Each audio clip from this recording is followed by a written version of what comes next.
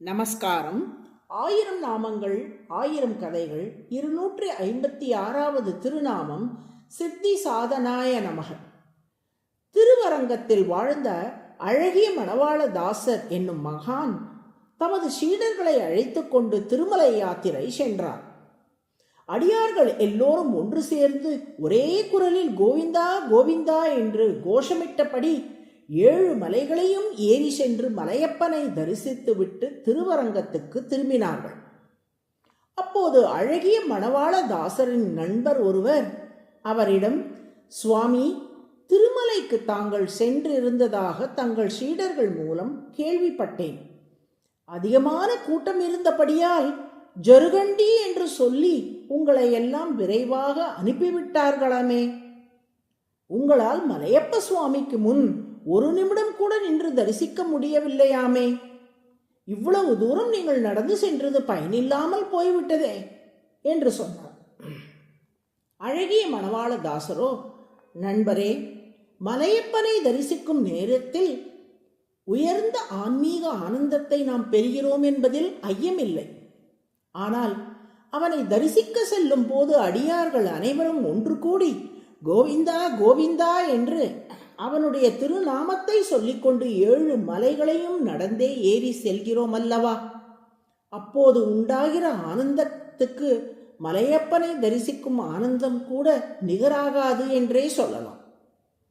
தன்னை நோக்கி வரும் அடியார்களுக்கு துன்பம் நேரக்கூடாது என்று கருதும் இறைவன் அவர்களின் பயணத்தை இனிமையானதாக ஆக்கி அருளிவிடுகிறார்.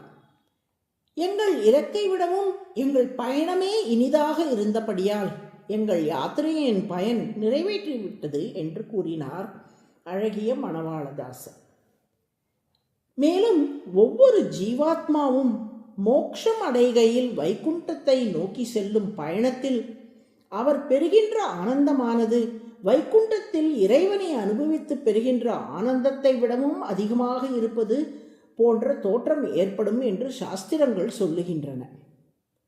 அதை மணவாள மாமுனிகள் மிக அழகாக, போம் வழியை தருமென்னும் இன்பம் எல்லாம் புசித்து வழி போய் அமுத விரசை ஆற்றில் நாமூழ்கி மலமற்று தெரிய விசும்பை தண்ணி நலத்திகள் மேனி தன்னை பெற்று தாம் அமரர் வந்து எதிர்கொண்டு அலங்கரித்து சர்க்கரிப்ப மாமணி மண்டபத்துக்கு சென்று மாமலரோள்கோன் மடியில் வைத்து உகக்கும் வாழ்வு என்கிறார். வைகுண்டத்துக்கு செல்லும் பாதையில் உள்ள 14 உலகங்களில் உள்ள தேவர்கள் முக்தி எய்தும் ஜீவாத்மாவின் மேல் பூமாரி பொழிந்து மரியாதை செலுத்த அவற்றை கடந்து வைகுண்டத்தில் ஓடும் விரஜா நதியில் நீராடிய பின் திவ்யமான உடலை பெற்று நித்திய சூரிகளால் அலங்கரிக்கப்பட்டு வைகுண்டத்துள் உள்ள திருமாமணி மண்டபத்துக்குள் நுழைந்து அத்திருமாமணி மண்டபத்தில் ஆதிசேஷன் மேல் வீற்றிருக்கும் திருமால் மடியில் ஜீவாத்மா அமர்கிறார்.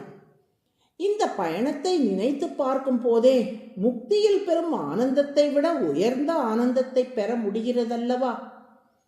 உலகியல் விஷயங்களில் பயணம் கடினமாகதாக இருக்கும், ஆனால் இலக்கு இனியதாய் இருக்கும். ஆனால் ஆன்மீகத்தில் மட்டும் இலக்கை போலவே பயணமும் இனிதாயிருக்கும் என்று சொன்னார் அழகிய மணவாளதாசர். இறைவனை அடைவதற்காக நாம் பக்தி யோகம் செய்கிறோம் அல்லவா.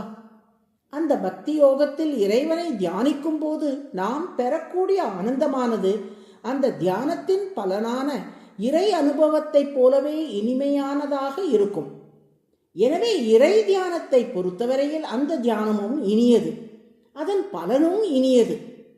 சித்தி என்பது இறைவனை அடைதலாகிய இலக்கை குறிக்கும். சாதன என்பது அதை நோக்கிய பயணமாகிய பக்தி யோகத்தை குறிக்கும். தன்னை நோக்கி வரும் அடியார்களுக்கு களைப்பு ஏற்படாமல் இருப்பதற்காக சாதனமாகிய பக்தி யோகமும் சித்தியாகிய இறை அனுபவம் போல் இனிமையாக இருக்கும்படி அருள் புரிவதால் திருமால் சித்தி சாதன என்று அழைக்கப்படுகிறார். சித்தி சாதன என்றால் தன்னை நோக்கிய பயணத்தையும் இலக்கை போலவே இனிமையாய் ஆக்கி அருள்பவர் என்று பொருள். அதுவே விஷ்ணு சகஸ்ரநாமத்தின் 256வது திருநாமம். சித்தி சாதனாய நம என்று தினமும் சொல்லி வரும் அன்பர்களுக்கு அவர்கள் மேற்கொள்ளும் அனைத்து பயணங்களும் இனிதாக அமையும்படி திருமால் அருள் புரிவார். நாராயண நாராயண.